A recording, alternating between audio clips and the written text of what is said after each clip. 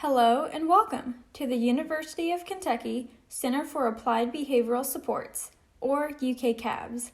We are so excited to work with you and to get to know you and your family.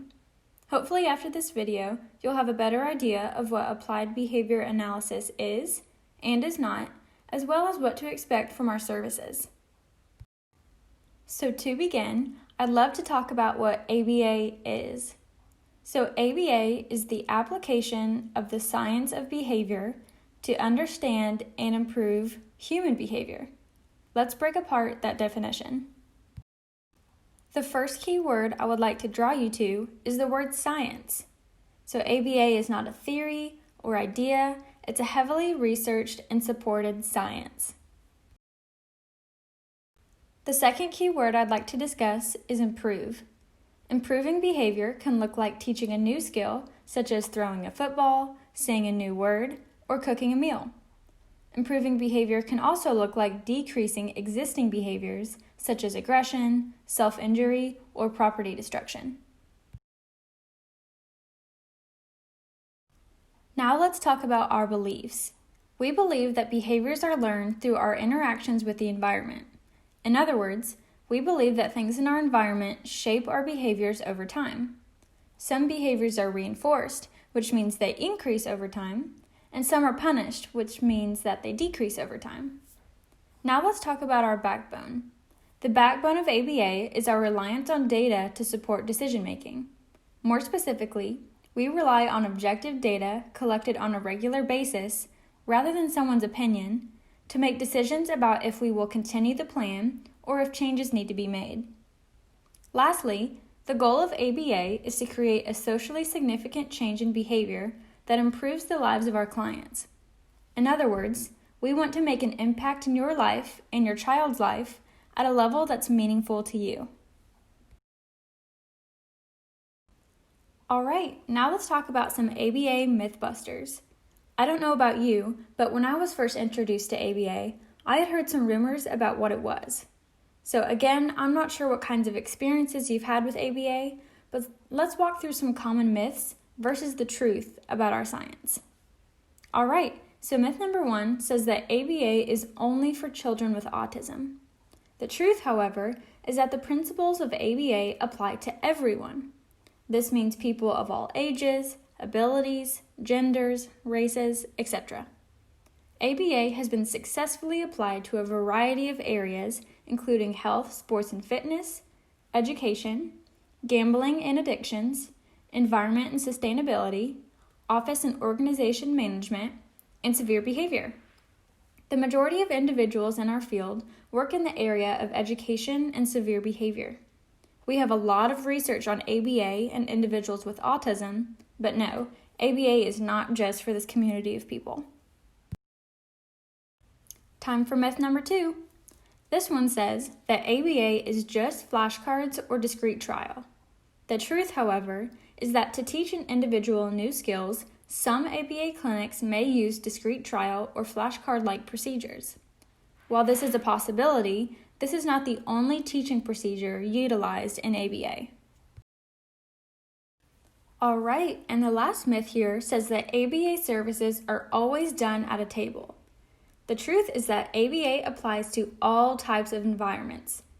Behavior therapists are especially concerned with an individual's generalization of skills, meaning we want the skills that they learn to be performed in multiple environments and with a variety of people.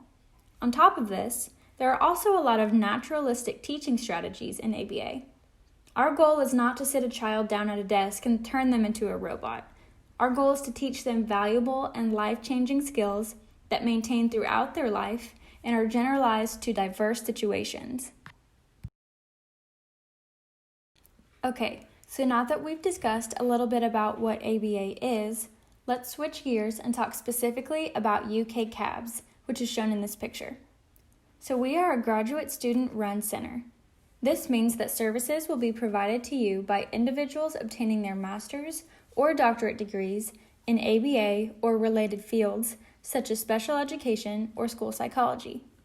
Students are receiving coursework and training to become a board-certified behavior analyst, or BCBA. While students will be providing services, they will always be overseen by a BCBA or someone who's already certified. Currently at our center, we are interested in helping you decrease a behavior of concern in your child and increase alternative, appropriate behaviors. Also note that if in-person services are not an option, appointments can be conducted via telehealth. Now let's talk about our unique appointment model. So because we're affiliated with a university and students are the main service providers, our center looks a lot different than traditional ABA clinics. We run on a 5-appointment parent training model. The appointments are intake, assessment, treatment recommendations, follow-up 1, and follow-up 2. For these appointments, you will be paired with a team of student therapists and their supervisor. Collectively, you will work together to help decrease a behavior of concern for your child. For the rest of this video, we'll run through what you can expect for each of the appointments mentioned.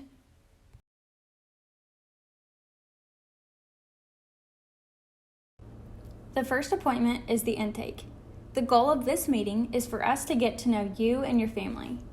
For this appointment, we'll review some paperwork and obtain your consent for services, identify one target behavior in your child you would like to change, and then we'll have a discussion about your child and the target behavior. We'll ask a lot of questions surrounding the ABCs of the behavior. A stands for antecedent, or what happens immediately before the behavior. B stands for behavior or behaviors. Some of the things we're interested in include who the behavior occurs with, what the behavior looks like, how often it happens, and for how long. Lastly, C stands for consequence, or what happens right after the behavior. We'll want to know how you react to the behaviors and what you've tried in the past to decrease or stop the behaviors. We ask these questions to get a full understanding of what you've been experiencing and how we can best help. For the child, a team of therapists will be with them to get to know their strengths, areas of growth, communication style, interests, and dislikes.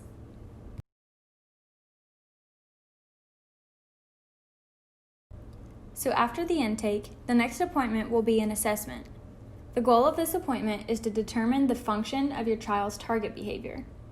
The word function here just means why. Through the assessment, our goal is to figure out why the behavior is occurring. On the next slide, we'll go into a little bit more detail about the different functions of behavior. But to continue talking about the assessment, a therapist will conduct something called a functional analysis. It sounds fancy, but it's really just us safely and systematically trying to turn the behaviors on and off repeatedly. This type of assessment is the gold standard for determining why someone engages in challenging behavior. Knowing why your child is engaging in the behavior will help us create the best plan to decrease that behavior. Now let's go into a little bit more detail about the functions of behavior. So remember that I said the word function just means why. So why someone is engaging in a behavior? Well, there are 4, yes, only 4, functions of behavior. Sensory or automatic, escape or avoid, attention, and tangible, seat. A behavior can be maintained by one function or multiple functions.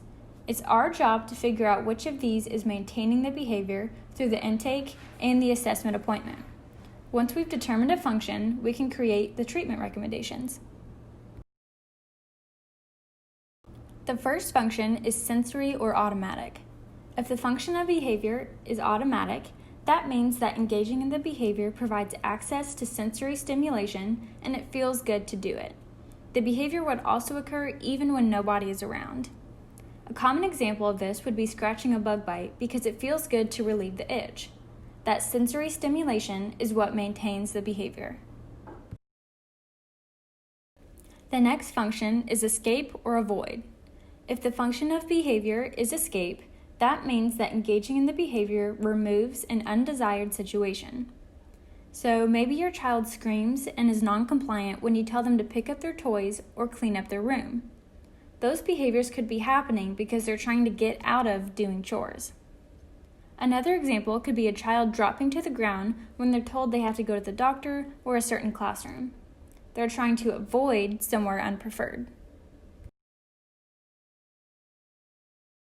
The next function is attention. If the function of behavior is to gain attention, that means that engaging in the behavior provides access to people or a specific reaction. Attention is tricky because there are multiple ways we provide attention to people. Examples include high fives, hugs, spankings, eye contact, compliments, reprimands, having a conversation about their choices, or even talking about them to someone else. An example of a behavior maintained by access to attention would be a child spitting on their mom, knowing that every time they do that, mom yells at them and talks to them about their choices. All right, the last function is called tangible. If the function of a behavior is to gain access to a tangible, this means that engaging in the behavior provides a preferred item, activity, or location.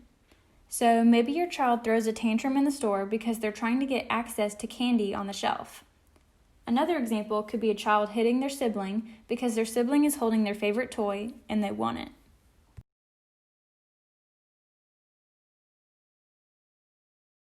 So like I said, after the assessment appointment, where we try to determine the function of your child's target behavior, it's time for the treatment recommendation appointment. The goal of this appointment is for us to train you on how to successfully implement a behavior plan. So for some ABA clinics, they create a behavior plan and use their behavior therapist to implement it.